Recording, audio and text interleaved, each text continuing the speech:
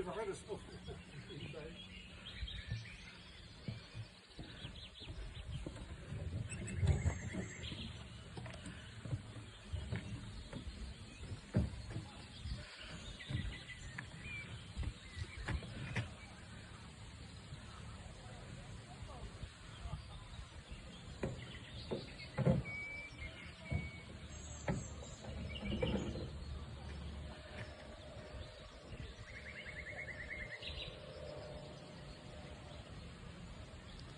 Hoe is de waterlijn? Ik kan niet filmen en waterlijnen tegelijk. Nou ja,